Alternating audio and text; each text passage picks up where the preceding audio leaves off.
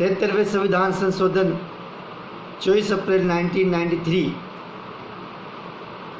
की विशेषताओं के बारे में हम बात कर रहे थे। पहले इसकी 3 विशेषताओं पर हम पिछले वीडियो में चर्चा कर चुके हैं। पहले, पंचायती राज संस्थाओं को संवैधानिक दर्जा दिया गया। दूसरी, त्रिस्तरीय पंचायती राज व्यवस्था को पूरे देश में एक रूपरेखा के साथ लागू किया गया। थर्ड, ग्राम सभा को संवैधानिक दर्जा दिया गया। चौथी विशेषता जिसके बारे में हम बात करने जा रहे हैं वो है इसका कार्यकाल 5 वर्ष निश्चित कर दिया गया। पूर्व में पंचायती राज संस्थाओं का कार्यकाल 3 से 5 वर्ष निर्धारित था, किंतु राज्य सरकारों द्वारा इस मामले में मनमानी की जाती रही। सरकारों द्वारा कई वर्षों तक इनके चुनाव नहीं कराए जाते थे और इन्हें किसी न किसी बहाने या अकारण भी भंग कर दिया जाता था। यह प्रावधान इन संस्थाओं के कार्यकाल को केंद्र और राज्य सरकारों की भांति 5 वर्ष सुनिश्चित कर दिया गया। जैसे भारत की सरकार और राज्य सरकारें 5 साल के लिए काम करती है, 5 साल बाद चुनाव होना अनिवार्य है, उसी प्रकार पंचायती राज संस्थाओं के चुनाव कराना भी अनिवार्य कर दिया गया और वो भी 6 महीने पूर्व ही इसकी प्रक्रिया शुरुआत हो जाएगी। जैसा कि अभी कोरोना काल में नगरीय संस्थाओं के निर्वाचन होने थे, लॉटरियां भी निकल चुकी थी, किंतु इलेक्शन नहीं हो पा रहे थे। राज्य सरकार ने हाई कोर्ट में याचिका द्वारा इस कार्यकाल को, इस समय अवधि को आगे बढ़ाया। तो एक राज्य सरकार के लिए मजबूरी बन गया है कि इसके इलेक्शन करवाना है। ये तो स्थितियाँ ऐसी है कोरोना की, इस कारण से हाई कोर्ट ने अनुमति दी, वरना हाई कोर्ट अनुमति नहीं देता और इनको 5 साल के अंदर इलेक्शन करवाना अनिवार्य होता। इस अवधि में इनके कार्यकाल को किसी भी कारणवश भंग नहीं किया जा सकता। ये संस्थाएं सामान्यतः प्रथम बैठक से निरंतर 5 वर्ष तक कार्य करेगी। अधिनियम में एक महत्वपूर्ण प्रावधान यह है कि इनका निर्वाचन इनके कार्यकाल समाप्ति से पूर्व ही करा लिया जाएगा। पंचायती राज संस्थाएं यदि अपनी अवधि समाप्त होने से पूर्व भंग कर दी जाती है तो उसके विघटन की तारीख से 6 महीने से पूर्व ही उसका निर्वाचन कराना आवश्यक होगा। पहले ऐसा नहीं था। अब क्योंकि संविधान में अधिनियम बन गया है, संशोधन हो गया है, तो ये कंपलसरी हो गया कि चुनाव 5 साल के अंदर होने हैं और किसी कारणवश अगर राज्य सरकार पंचायती राज संस्थाओं को भंग कर देती है, उस अवस्था में भी भंग करने की तिथि से 6 महीने के अंतर्गत राज्य सरकारों को ग्राम पंचायतों, पंचायत समितियों, जिला परिषदों, नगर पालिकाओं, नगर निगमों, नगर परिषदों के इलेक्शन करवाना अनिवार्य होगा।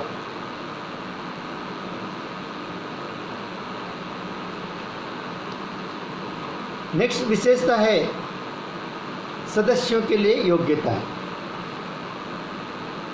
पहले योग्यताएं 25 वर्ष हुआ करती थी और कई सारी अयोग्यताओं के बारे में भी उसमें चर्चा थी। अब पंचायती राज संस्थाओं के सदस्य, सभापति निर्वाचित होने के लिए आयु 21 वर्ष या इससे अधिक नागरिकों को निर्वाचन के लिए योग्य घोषित किया गया। इस संबंध में उठे विवादों के लिए सक्षम अधिकारी की नियुक्ति और प्रक्रिया का संबंधित राज्य विधानमंडल अधिनियम बनाकर प्रावधान कर सकती है। नेक्स्ट जो विशेषता है, छठी विशेषता, पंचायती राज में आरक्षण व्यवस्था। ये बहुत बड़ा प्रावधान है, क्योंकि प्रारंभ से ही स्वतंत्रता के बाद से देखा गया कि भारत में जो पंचायतों के निर्वाचन होते थे उसमें एसटी, एससी, ओबीसी और महिलाओं का कोई प्रतिनिधित्व नहीं था। कभी एक या दो सदस्यों को मनोनीत कर लिया जाता है, लेकिन वो मनोनीत होते थे। संवैधानिक दर्जा देने के बाद अब एसटी, एससी, ओबीसी और महिलाओं का रिजर्वेशन पक्का हो गया।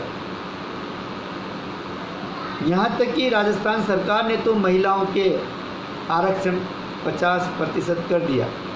अन्य राज्यों में भी ऐसा किया गया। ऐसे अधिकतर होता था कि समाज के उच्च वर्ग के पुरुष ही प्रत्येक स्तर पर प्रत्येक पद पर चुनकर आते थे।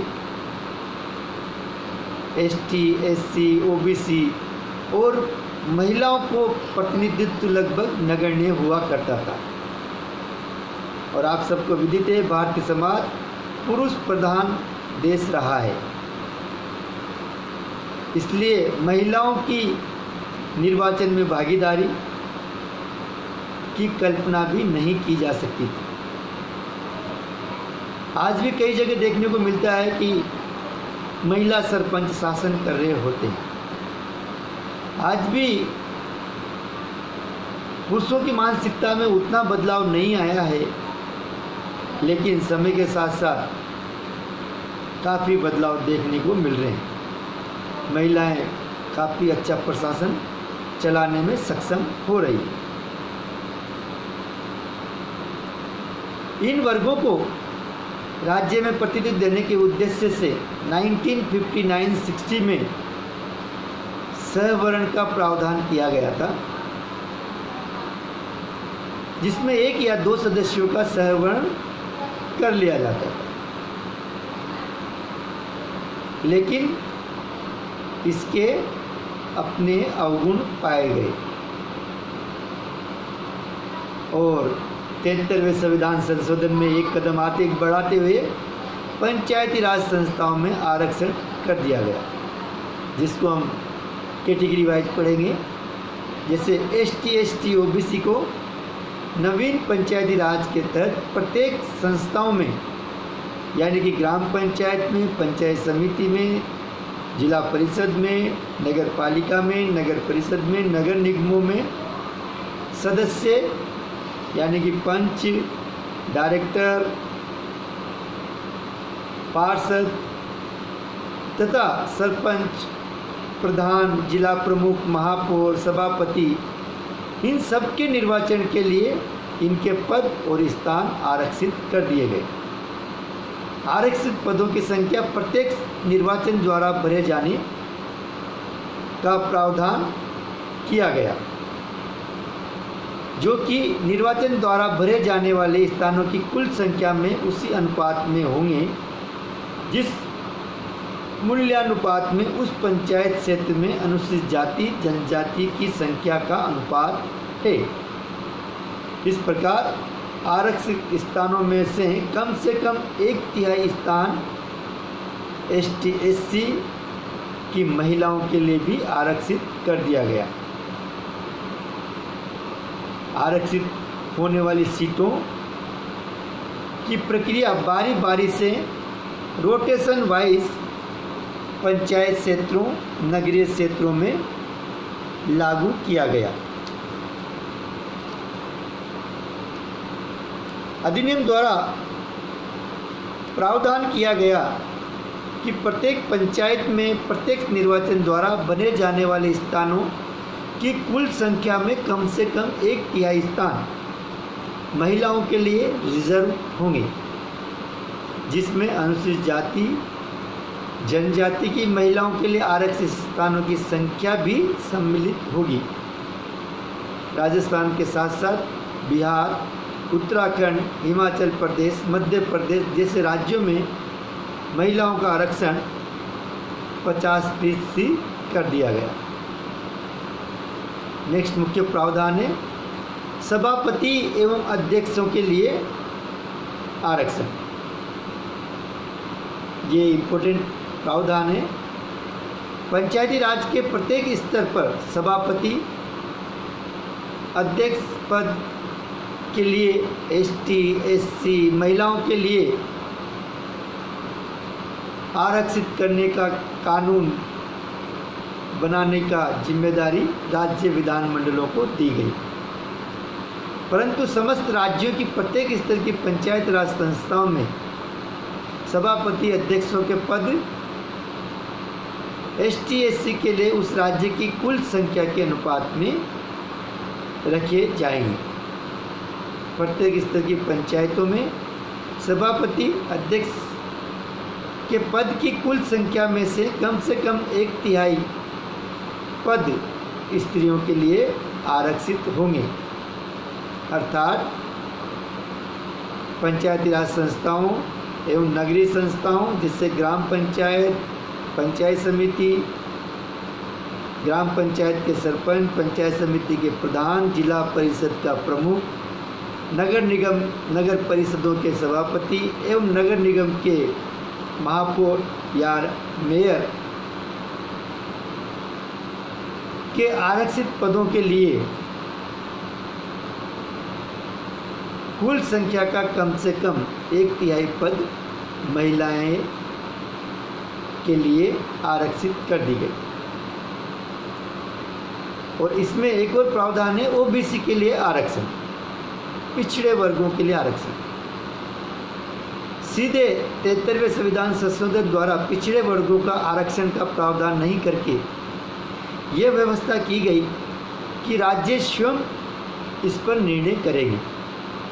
अर्थात राज्य स्वयं प्रावधान करेंगे कि OBC को आरक्षण देना है या नहीं, और यदि देना है तो उसका अनुपात क्या होगा। राजस्थान में इसका अनुपात 15% निर्धारित किया गया, जिसे 4 अक्टूबर 1999 को बढ़ाकर 21% कर दिया गया। अर्थात OBC का आरक्षण राजस्थान में 1999 से 21% हो गया। आगे एक और प्रावधान आता है, वो है 11वीं अनुसूची। अर्थात पंचायती राज की शक्तियाँ और उत्तरदायित्व का स्पष्ट